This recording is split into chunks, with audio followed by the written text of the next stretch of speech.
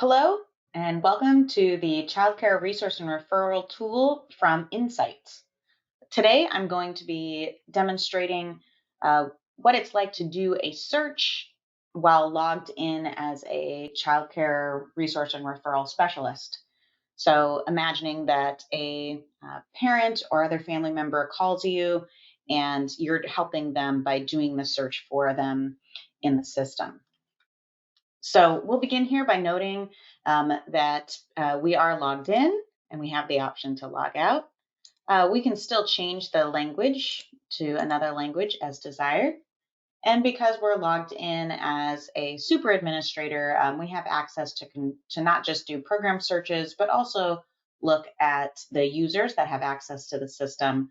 We can also log interactions, which is demoed in a different one of our videos. You can also look at contacts, and another video is available on the reporting features. But today, let's just look at the internal features for doing a search of programs. So notice that just like in the public search, there is this top bar that provides two main options. You can search by location, or you can search by the name of the program. But unlike in the public option, we also have a third option here where we can search by the program's license number or other relevant program ID number. So in this South Carolina example, they have a CCL number that applies to programs as well. So we can search by that number. We also have here in the left-hand column additional search features that aren't available to the public. For example, we can search for inactive programs. So those are programs that have closed and would no longer be available on the public side, but you might still want to be able to look for recently closed programs. And you can do that using the Show Inactive Programs search. We also have some additional options for filtering our results.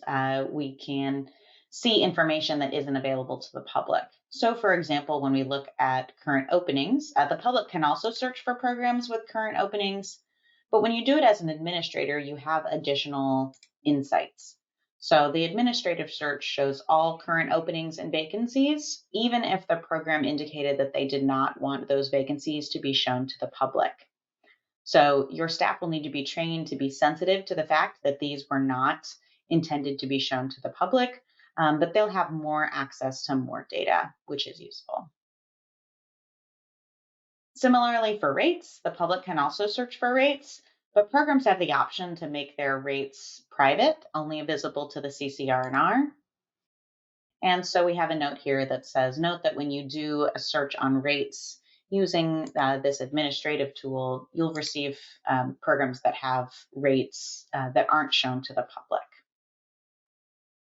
Also have the ability to search by some more fine-grained options like location type, sponsor type, what health screenings are offered, whether the program has experience serving children in a number of additional categories.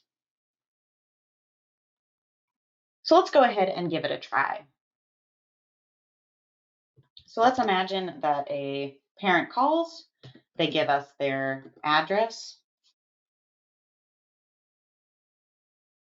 and they tell us they're looking for programs within a 10-mile radius. We'll start with a simple search. We get quite a few results, so we ask if there are ways in which they want to narrow that result down further. They say that they're looking for family child care is their preference. They tell us that their child is a young toddler between 12 and 24 months old. And they tell us that they plan to use vouchers. So we look for a program who has experience serving children who are on vouchers or subsidy. So we add those additional filters, and we get down to just 4 programs. Now, if this is too few programs to share, we can undo some of these filters, but we can also try adding some others to see if there are other important things. So for example, it may be that this parent says it's really important that food be included in tuition. Maybe that's a concern that she has. And she's maybe not as concerned about it being a family childcare program. So we could search that way.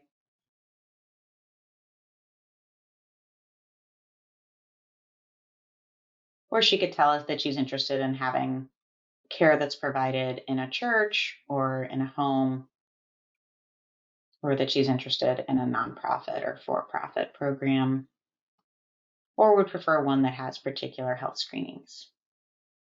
But let's assume that these 4 are good, and then she asks whether any of them have openings. And we can also check on that and see what happens when we add that filter to our search.